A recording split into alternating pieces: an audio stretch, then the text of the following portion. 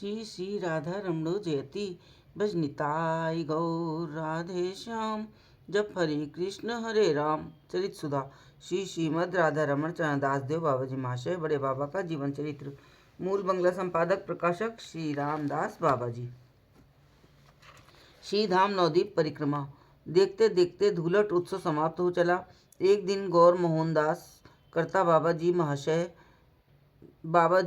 महाशय से बोले, देखो बाबा, ब्रज मंडल और नवदीप मंडल में कोई भेद नहीं है। ये बात हम केवल मुख से ही कहते हैं, व्यवहार में ऐसा नहीं दिखता।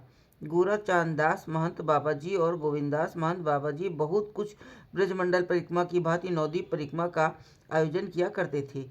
उनके अप्रकट होने के बाद से कई वर्ष नवदीप परिक्रमा एक प्रकार से बंद हो रही है। इस बार यदि तुम प्रयत्न करो तो मेरा विश्वास है कि परिक्रमा सुव्यवस्थित रूप से हो सकती है। बाबा जी महाशय आनंदित हो बोले, बाबा, ये तो बड़े सौभाग्य की बात है। मैं आपकी संतान हूँ, उचित अनुचित कुछ नहीं जानता। जो भी उचित हो मुझे आदेश करें। पहले कौन से दिन आप लोग परिक्रमा आरंभ किया करते थे? करता बाबा जी, धूलट के दूसरे दिन पंचमी को। बाबा जी, पंचमी कब है? करता बाबा जी, कल बड़े अखाड़े से धूलट निकलेगी, उसके दूसरे दिन पंचमी है। बाबा जी, तो ठीक है, उसी दिन से परिक्रमा की जाए। करता, बहुत सी सामग्री भी तो संग्रह करनी होगी, वो कैसे होगी? बाबा, हम तो भिखारी बैरागी ठहरे, हमें संग्रह करने की क्या आवश्यकता? निताई चांद का नाम लेकर निकलेंगे, वे जैसी चाहेंगे व्यवस्था करेंगे, जिनका संकल्प वे ही पूरा करेंगे। करता बाबा जी महाशय ने परमानंद पूर्वक बाबा जी महाशय को आलिंगन किया। परिक्रमा की बात उन्होंने सबसे कह दी। निर्देश दिन 2:30 के समय सब लोग आश्रम से बड़े अखाड़े के नाट्य मंदिर होते हुए नित्यानंद प्रभु, अद्वैत प्रभु और महाप्रभु के दर्शन करते हुए परिक्रमा को चल दिए। साथ में प्रायः 300 व्यक्ति थे।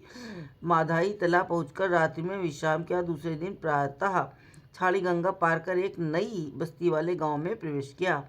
गांव का नाम था इंद्राकपुर चढ़ा। इसमें केवल ग्वाल जाति के लोग बसते थे। कोई 7 बजे होंगे। कीर्तन मंडली गांव के मैदान से होकर जा रही थी।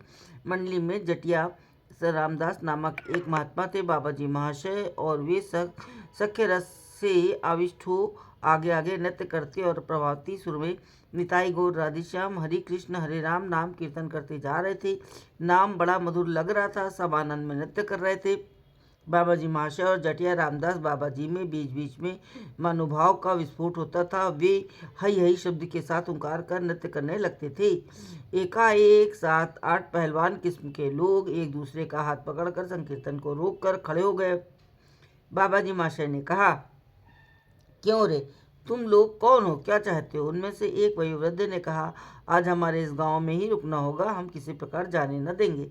बाबा जी, तुम किस जाति के लोग हो? सब हम ग्वाले हैं। बाबा जी, अरे तब तो तुम हमारी जाति के ही हो, अपनी जाति के लोगों की बात रखनी ही होगी। करता बाबा जी महाशय से, बाबा, अपने जाति लोगों की बात टालना ठीक नहीं, इसलिए आज यहाँ ही ठहरा जाए। करता बाबा जी महाशय ने पहले कुछ आपत्ति की, पर बाबा जी महाशय की प्रेम में लीला और ग्वालों का अनुराग देकर उन्हें स्वीकृति देनी पड़ी। संकीर्तन ने गांव के मध्य प्रवेश किया। इसके साथ जो कुछ सामग्री थी ग्वाले के घर में रख दी गई और गांव छोटा होते हुए भी अति मनोरम था। उसमें वांशी घोष नाम का एक सबसे धनी और संभ्रांत ग्वाला था। गांव के सभी लोग उसके अनुगत थी। कीर्तन मंडली गांव की परिक्रमा कर उनके गोठ में पहुंची। ग्रामवासी आबाल वृद्ध स्त्री पुरुष सभी एक अभिनव अप्राकृत आनंद सागर में निमग्न थे। कुछ देर में कीर्तन समाप्त हुआ।